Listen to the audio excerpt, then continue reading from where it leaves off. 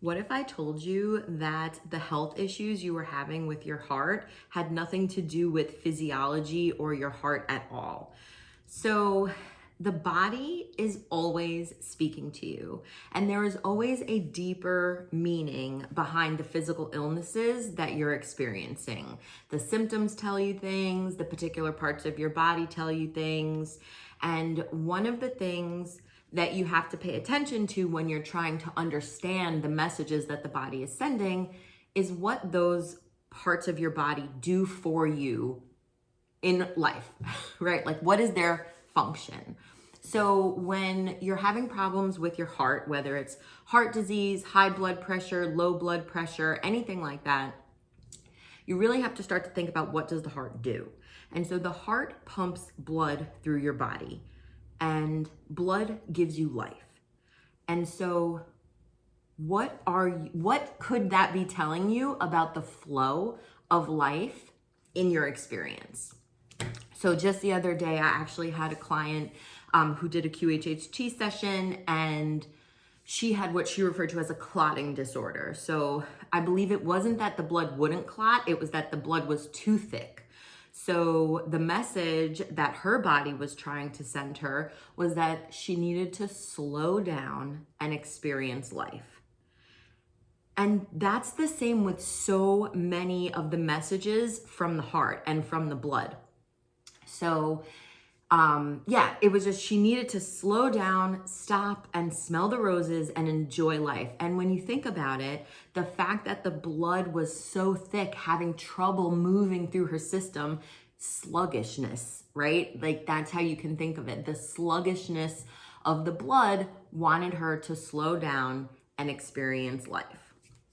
So another thing that, like, say, high blood pressure could show you is that you're running through life too quickly, right? The life is moving hot. It's pumping. Like, you're not enjoying life. You're always waiting to the next, on to the next, move. Never taking the time to slow down and live life.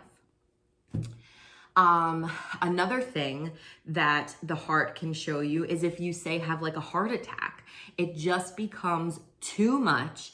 And that's what happens when you don't stop and listen to the body. It just gets louder and louder and louder until it screams. Or in the case of like a heart attack, it just pops, right? It's just too much pressure, too much responsibility, too much stress. There's no enjoyment of what's going on. And the good thing is that once you understand what the messages are trying to tell you, you can then make changes to honor what your body is saying. And that's when you begin to release and heal. Another thing that the heart could be telling you, so the heart energetically, right, is your heart center, the seat of your emotions, where we say that you give and receive love. So that could be something that it's trying to tell you, like, how openly do you give and receive love in your life? For some people, it's super easy. Most people, I'm going to say it's easier to give love than to receive love. But that's the question that it can also be posing to you. Also, when the body is experiencing illness and dis-ease, a lot of times it's because the body is holding emotion.